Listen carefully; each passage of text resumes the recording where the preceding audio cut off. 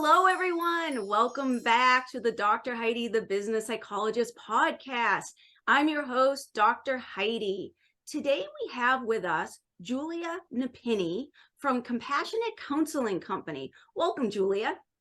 Thank you for having me. I appreciate the opportunity to talk. Excellent. We're very excited. Julia has some very exciting things that I think she's going to be sharing with you guys. And I think it's a very timely topic. We're going to be covering a lot of things around stress and burnout. And I think that you guys will appreciate some of the advice that she has for us today. Julia, why don't you just begin by telling us a little bit about yourself and a little bit about your company? Sure. I'm a clinical and forensic social worker, and I started my own practice, Compassionate Counseling, in 2017. So we've grown to a practice of 16 clinicians, and we added an administrative assistant, a biller, a human resource consultant. So we've grown a lot. And out of that experience of starting my own practice and expanding, I also have become a private practice consultant. So I help other clinicians do the same. That's amazing work. And I mean, I know just from listening to people and talking to people that this is a much needed field. It's a growing field. And also personally, probably an overworked field, just like a lot of people are feeling. One of the trends that we saw was, there's pre-COVID, right? So back before 2020, then COVID kind of hit, the uncertainty came in. People didn't know what was really going to be happening. Some people were faced with too much work, no work, suddenly shuffled home, a lot of turmoil, things happen. And then for what it was almost 2 years that people kind of lived in that state of uncertainty. And now we're in what we refer to as kind of like the new normal. Have you seen, during pre-COVID to now, the new normal, we'll call it, do you see an increase in people who are experiencing stress symptoms leading to burnout? And how have you seen that sort of transition kind of happening? I think people are more open to having the conversation. And I think the pandemic normalized a lot of those symptoms of anxiety and depression. So even individuals who don't necessarily formally have that diagnosis, we could all relate to what it feels like to live in uncertainty and feel anxious as a result, or to experience maybe some depressive symptoms because we're not able to do the things that we typically could, to get out and be social or to just be immersed in the world. So I see it more as a topic and people being more open to that discussion and what they can do to combat it. And I also see it showing up in different ways because we've had this opportunity to redefine work in a lot of ways, a lot more autonomy and flexibility, and a lot of people doing a hybrid model or staying virtual and working from their home, and what that can look like and how that can even still affect burnout and make work-life balance even harder.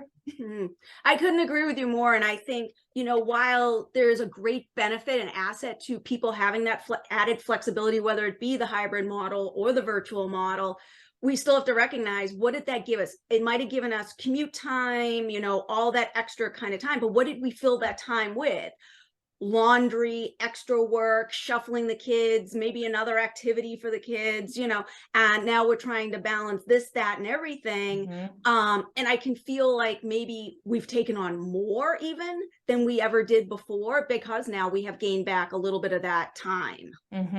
I can definitely see that. Yeah. And people also maybe reevaluating, were they as happy as they thought they were? And do they want maybe different things? And when you're talking about filling time, I mean, I know for myself, just different projects. And I think the virtual world has opened up so many more opportunities to really expand what we do and our reach. So yeah, there are more opportunities than ever. So I think it's all the more important to really pause and reflect about where we truly want to spend our time and what we want to do with all of these new opportunities. Yeah, I think that's fantastic.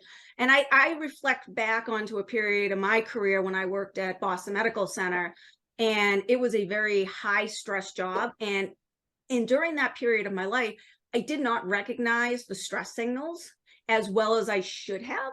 And it ultimately led to a situation of burnout, which really manifested into physical symptoms. And I had to take a period of time off work just so I could kind of sit back and do exactly what you just said, reflect and ask myself, where do I want to be? Where am I going? How do I kind of right the ship and turn things around a little bit?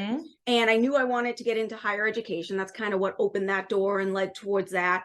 And I started making my transitional moves over into that. And it was funny that I bumped into somebody after I moved into the educational field. And it was somebody I'd worked with for many years at the medical center. And I was having lunch and she walked by and she walked right past me. And I said, "Hey, stranger, you're just going to ignore me?" And she stopped and she goes, "Oh, hi, I didn't even recognize you." And I'm like, "Well, I haven't changed that much." And she goes, "You just, no, you just look so much happier." Oh, And it was just such, I mean, it was great to hear because I knew then, okay, I'm on the right path. I'm in a better place. But I'm like, yes. wow, I'm like, did I really get sucked into all the negative talk at work and all that kind of environment and things that were happening? We were, the culture was changing a little bit too, because the hospital at that time was having financial struggles. So, when that happens, there's a lot of culture changes. People were leaving and coming, and it was just a mess at that time.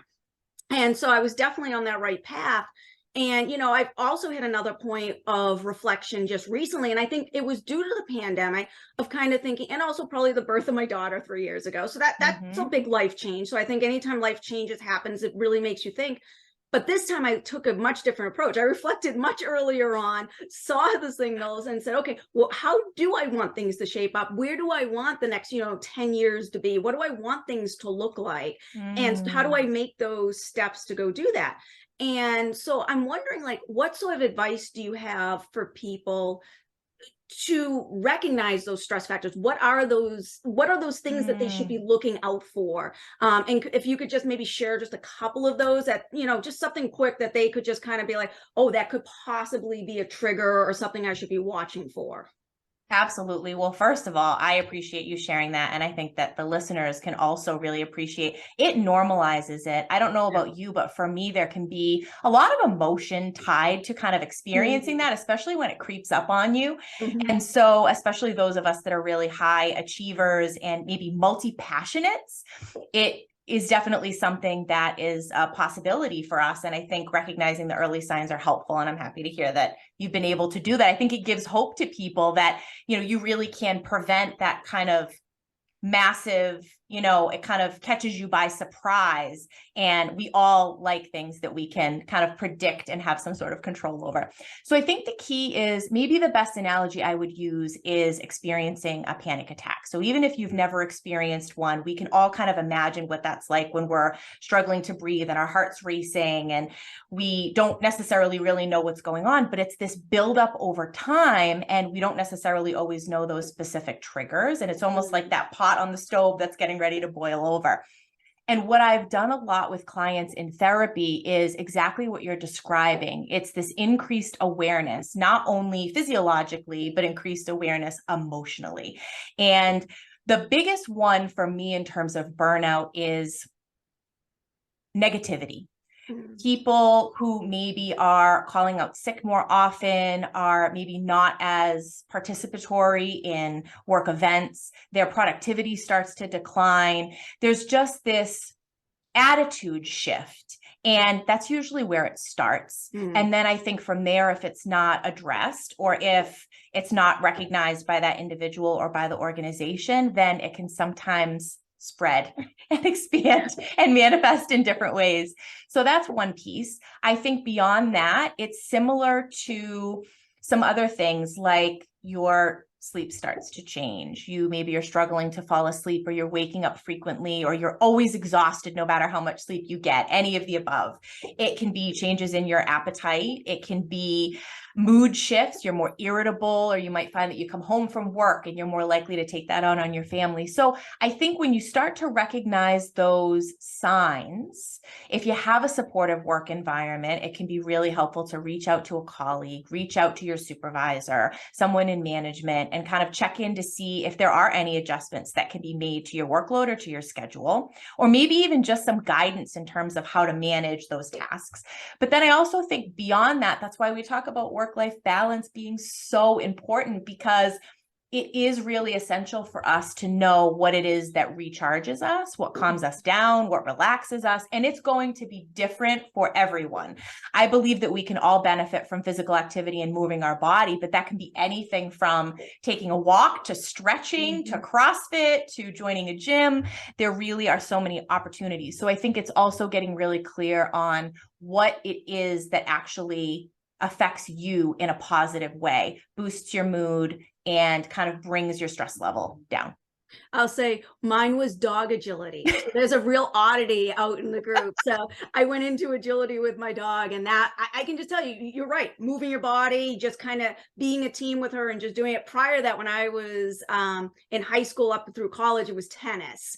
And then while I was in school, it kind of fell away and I didn't really have that. And then I went to dog agility. So yeah, that could also be on the list if anyone has a dog and is interested in something. Yes, let's add it.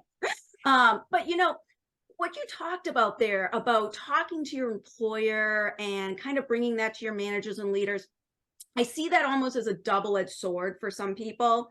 And I know through my consultancy work and going into businesses and talking to employees, some of the things that I hear are either they don't feel that their leader manager is approachable enough to breach that subject with them. Or two, they do feel like they can have that conversation, but they feel that it won't go anywhere, that it's just going to fall kind of on deaf ears, that yes, they might be a little bit empathetic, but that they don't really have the ability to change anything.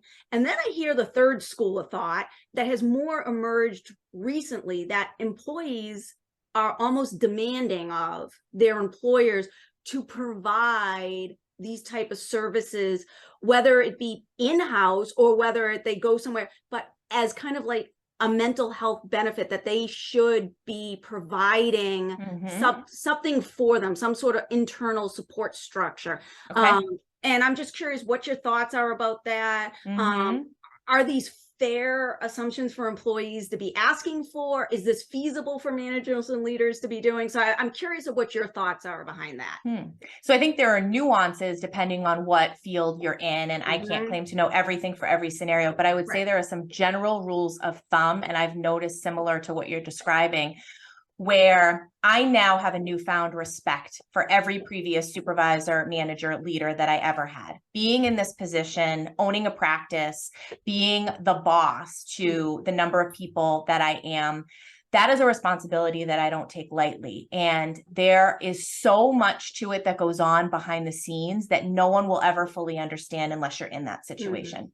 So I now look back and I have so much more appreciation for the times when maybe I brought something to a higher up's attention and I had no idea what meeting they just got out of or what phone call they just got off of or what was going on behind the scenes.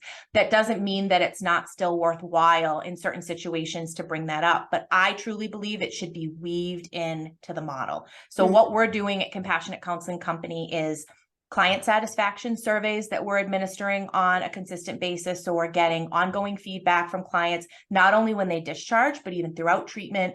Are they finding it effective? And everything from their initial contact with our administrative assistant, the office, the technology, but then are they actually implementing the skills that their therapist is suggesting? Do they feel like they were paired with the right clinician? Would they recommend this practice to a friend? And then we expanded that to clinician satisfaction surveys, where I genuinely, as hard as it can be sometimes, want their feedback. So right from the beginning, I had started regular monthly check-ins with every employee to provide that opportunity. But then I also realized that as transparent and as much as you can provide that, it's still not always the most comfortable for everyone. And not everyone will utilize that or be truly honest or take that moment to pause and really be honest with themselves about their experience. So I felt like this survey was an additional component. When we do reviews, we have clinicians rate themselves and rate their supervisor in addition to the supervisor rating them. And then we have a human resource consultant, like I mentioned, that is going to be meeting on regular intervals to go over these survey responses. And then we're going to be posting a job description of a care coordinator and interviewing throughout the team so that we can have that follow through that you mentioned. So with what comes out of these surveys, I don't want it to fall on deaf ears and people to feel like I shared this and then what became of it.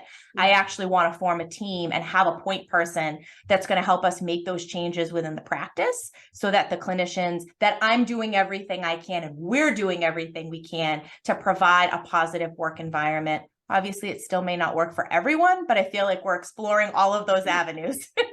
And I think that's fantastic that you're doing that, because that is actually something I talk to a lot of businesses about doing, is making sure, I actually like to refer to them as employee engagement surveys rather than employee satisfaction surveys. Because let's face it, anyone can be just satisfied with their jobs, right? Like, I come in, I clock in, yeah, I do a fine job, it's fine, whatever. What I really want from an employee is to feel like they're part of the team, they're passionate about the work that they're doing, they feel like they can talk to their supervisors, their colleagues, anybody in there.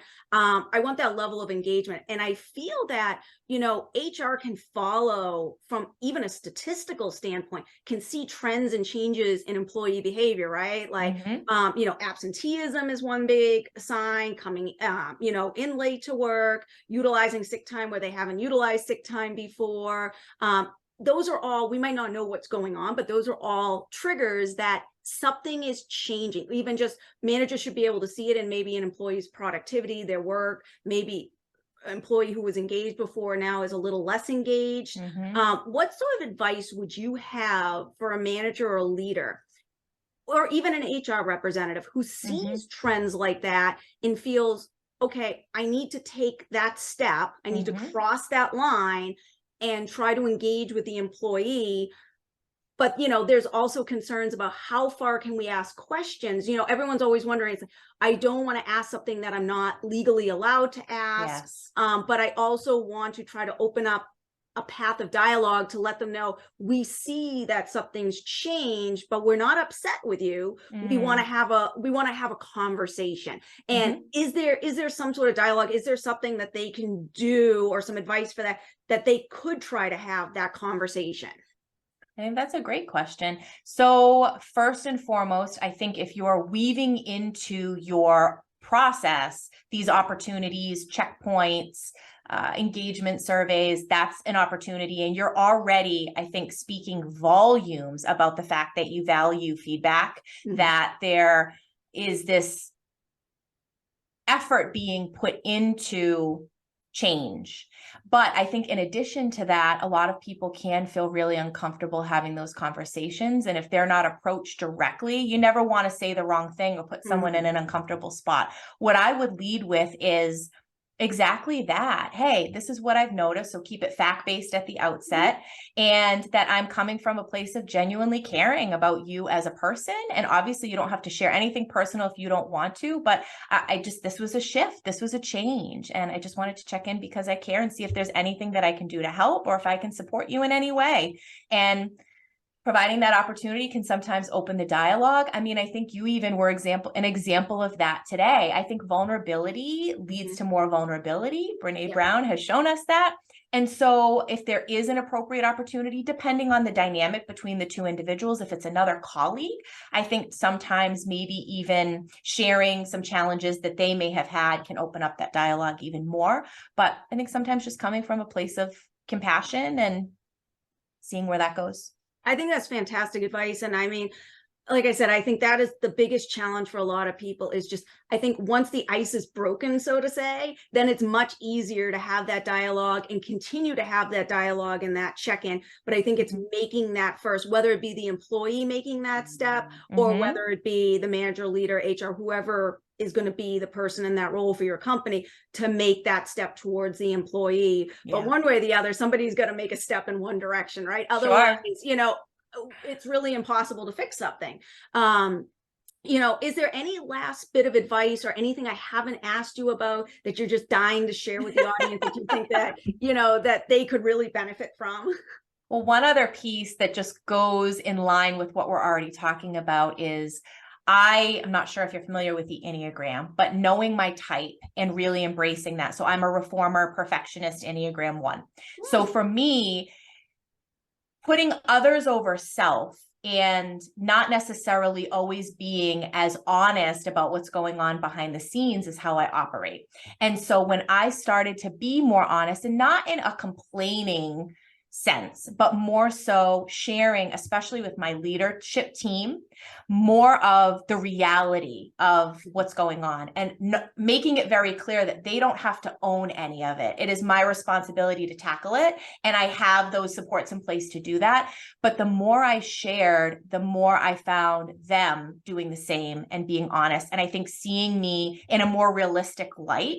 And even though I think I may portray that I have everything together, that in all reality, I'm human like everyone else, and we can all falter sometimes. So that's been a really beautiful experience, and one that I, for a long time, resisted for a variety of reasons. And the more open, the stronger, deeper the relationships, and the more I can embrace every aspect of that spectrum, because it really does vary from day to day. So, and I think that's amazing. I don't know about that particular one, but I know there's been a very large shift in the workplace, especially in hiring processes, that we are no longer just looking at technical skills, we are evaluating people skills. So yes, hiring the people that are actually going to have the personality to fit the culture, to fit the team, as well as the technical skills. And there's a great emphasis being placed on it. And so there's a lot of assessments that we do use in the business world, personality assessments, technical assessments, you know, you name it, there's a lot of them. People do question, you know, oh, are they really valid? Are they really reliable? These have all been, the tools that we're suggesting to use are all tested, reliable. There's research been done on them. But there's another school of thought, and that's where it kind of goes back and forth. I am a proponent of the assessments. I think it's great. I don't think it puts people in a box. I just think it helps us understand them a little bit better, understand where they're coming from. And that way we can have a conversation with them. So one great example that I can talk to is the idea of an introvert versus an extrovert. I hear so many times people saying, I can't do this because I'm an introvert, or I'm great at this because I'm an extrovert. And I mean, let's face reality, people don't talk like that. They're more saying, I'm shy, I like to be more reserved, I'm more outgoing. But those are the technical terms that we're really talking about. And what I don't like about it is I like them to tell me that they're an introvert, so I kind of know what their personality and kind of background is like. But that never, for me, puts them in a box, but they themselves put themselves in this type of box. So I try to have that dialogue like, no, just because you're an introvert doesn't mean you can't do these things. What you need to understand is where your energy source comes from and how you set yourself up for success differently than someone else who sets themselves up for success. And it's a conversation I have all the time with my students, because in my organizational behavior courses, we take a few of these assessments just so students can kind of see where they are and understand what these are. And we get into this debate, and they'll always say, Professor, you're an extrovert, aren't you? And I'm like, absolutely not. I am the biggest introvert doing extroverted behaviors. And that's always my answer. And they're like, no, you're kidding with us. I'm like, no, I really am. And they don't believe me. And I'm like, here's my test results. And I said, I am absolutely an introvert. And I said, so I love assessments because I think they're really great in terms of gaining that understanding that you're talking about. But it's also that mindset of don't put yourself in that box, understand that box. Agreed. And I think it can really expedite the process of getting to know another person and what motivates them and what drives them. But just like anything else, it's a tool. And we don't want to use it to limit us. I think it's more we can get beneath the surface quicker. Yeah, I think that's fantastic. Well, Julia, your insights have been so helpful, and I think extremely timely for a lot of people and a lot of people who are going to be listening to this. If they want to reach out to you and learn more, or maybe use some of your services, what is the best way for them to reach you? consultingcompany.com is the best place to go. So that is where you can learn more about the consulting work that I do and also listen to the podcast that I just started, The Compassionate Climb. So that is where we focus on being successful in business while maintaining integrity. And we have Ask the Expert segments, live consulting calls about starting and expanding a business. And we discuss all things business and mental health. And then Compassionate Counseling. If anyone is in Massachusetts or Rhode Island and seeking services, it's compassionatecounselingcompany.com. Excellent. Thank you so much, Julia. We so appreciate your time today and coming on with us. Thank you. I appreciate having the opportunity.